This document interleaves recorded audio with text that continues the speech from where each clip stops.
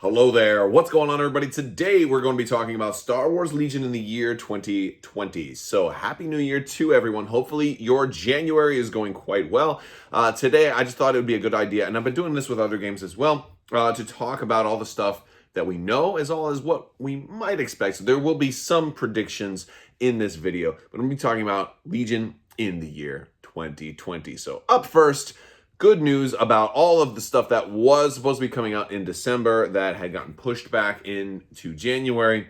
I think for a lot of us, we were hoping it would be an early January release. However, all of those things are going to make it, actually, I think within the next 2 weeks. So they're currently in that pre-shipping phase. I know I've got a lot of stuff on pre-order that I've gotten that that email that says, hey, your order is going to be shipping soon.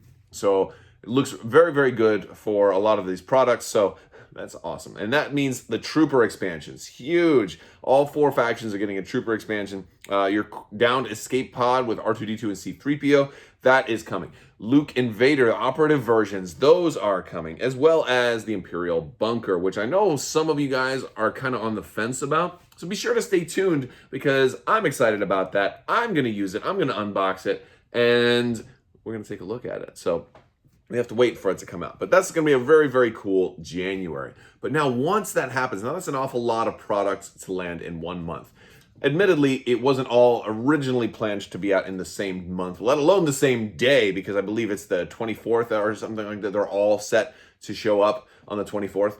So yeah, that's a lot for one day. It's going to be your wallet's going to be crying if you play all 4 factions. So that's going to be a rough day for me. But yeah, so the tanks are also coming. You know, the Clone Wars factions are each getting their heavy, as well as the B2 and Phase 2 clones. So you're getting your B2 Super Battle Droids, your Phase 2 clones also. Those are still scheduled for Q1, still looking like February. But maybe not the same day. They may not launch on the same day since that's 4 more expansions, and they'll be kind of expensive. Those tanks are going to be really big. They have a huge base that's going to be about this big, and that's going to be really interesting just to see how something with that big of a base really impacts our battlefield. I have a feeling the base size alone for units that big are going to be game changers. They're absolutely going to be game changers. So, which I'm fine with. That's very, very cool. It may not be something that everybody brings. Maybe too big to transport too easily. I know the Super Star Destroyer for Armada ends up being really big and difficult to transport. So that would be a really fun thing to see. And I'll be really eager to paint those up, get those on the table, and bring you guys some battle reports with those new giant, enormous monster vehicles. That was actually one of the reasons I've kind of emphasized Naboo terrain, is because I kind of want to do that whole, Trade Federation occupation of Naboo. What else do we have coming? So in December, we did get a couple of new products announced for Legion now. Admittedly, 2 of them were just paint sets. So that's something a lot of people were very underwhelmed against because they were Clone Wars paint sets. And those of us who are really into the game, a lot of us have our Clone Wars already, and we're not really looking for more paint sets. But, oh well, it is what it is. But more importantly, we get Vital Assets. This may be one of the most important expansions to ever hit this game, because Vital Assets is not only going to have some scattered terrain, and it's going to have some, hostage miniatures. It's also going to have a whole bunch of new objectives. And that's like, your conditioned objective and deployment cards are what makes the game. And right now, when you're building a list out of, the 5 options, 5, if you've got battlefield supplies or priority supplies, you're only going to have one choice of what not to include, and so there's really not much of a choice. And these are going to dramatically change the way the game is played, because Star Wars Legion is not a game about just winning and killing your opponent. Star Wars Legion is a game about completing the objective. You can win with a single unit left alive. And it's happened. One side would be, hugely outnumbering the other side, but the other side still manages to steal the Death Star plans and save the day. So that's what's really cool about Vital Assets, is it's going to add more options to have this totally unpredictable battle that, and with all the new cards that it's coming with. I think I'm super excited about those, how the game is going to change. My hope is that there's going to be some type of vehicle-based objectives for those that are going to benefit some kind of heavy tank or ATST or double ATST list or something like that. We also got Cassian Andor and Iden Versio that were announced. Now Vital Assets is currently projected for Q1, so we should have that by March at the latest. Cassian and Iden Versio are predicted for Q2. So we could potentially see, some more Rogue One and or Battlefront 2 stuff. It's nice to see Battlefront 2 showing up in the game, but Cassian comes with K2SO, and so he's going to, and it looks like K2SO will be able to be fielded as an operative on his own. So depending on, I mean, we really kind of have to wait to see, but it looks like that will happen. But that will be fun. It might require, he might be one of those that requires that you have like maybe Cassian or Jin. I imagine there's going to be some teamwork or synergy between Jin and Cassian and K2. And then Iden Versio is coming with ID-10, her little backpack droid from the games. Admittedly, less of a superstar than K2SO, but still kind of allows her to have some of the same new mechanics. Both Cassian and Iden look to be true snipers. They've got some new keywords. One looks like it's going to upgrade the attack by, the guess right now is it's not going to upgrade all the dice in the attack pool. It's probably just going to upgrade a single die, and that would probably be like from a hit to a surge, or from a surge to a hit, or from a hit to a crit. So it kind of just lets you improve a single die. That's kind of what we're guessing it is. As I talk to people, it seems to be the one mechanic that would make the most sense. But again, we're going to have to wait until it actually comes out before we know the final scoop. So Cassian and Iden coming out, and that kind of marks the end of what we know for sure. So what else is coming? Well, that's a very interesting question, because we have a lot of new possibilities. First off, Clone Wars factions. Clone Wars factions have a lot of empty spots on the rosters right now. The Clone Wars factions have, they've got no operatives, minus R2-D2, which, but like the Separatists, for example, have no operatives. So you kind of need that, like that hardcore, heavy-hitting operative type person. I mean, obviously the Jedi could put a lot of Jedi in there. Obviously, there's a lot of bounty hunters like Cad Bane and Jango Fett and stuff like that could go in there. Asajj Ventress could go in there. But yeah, so the Clone Wars have all of that. You also have no heavy, you currently have no heavies. You have no special forces for them yet. So that is definitely coming. So what might some of these be? So I've been rewatching the Clone Wars lately, and I'm actually getting pretty excited about some of the possibilities, because with the droid commandos and the Republic commandos, those definitely seem like great options for something like that for special forces. I personally would like to see Night Sisters as special forces.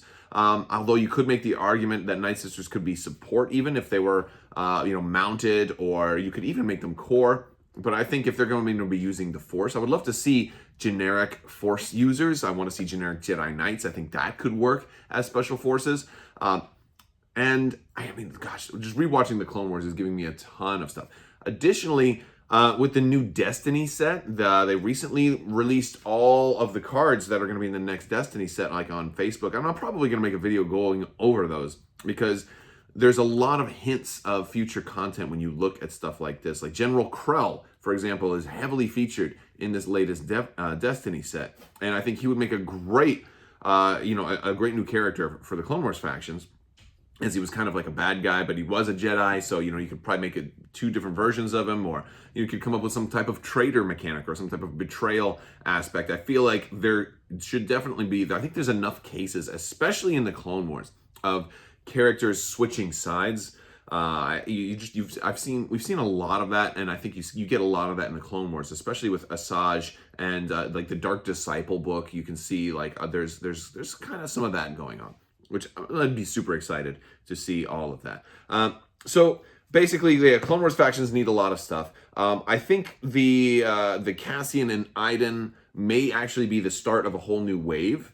And if we're getting to the point where waves are now, if we're expecting the rest of that wave to be announced, hopefully that'll be here pretty soon.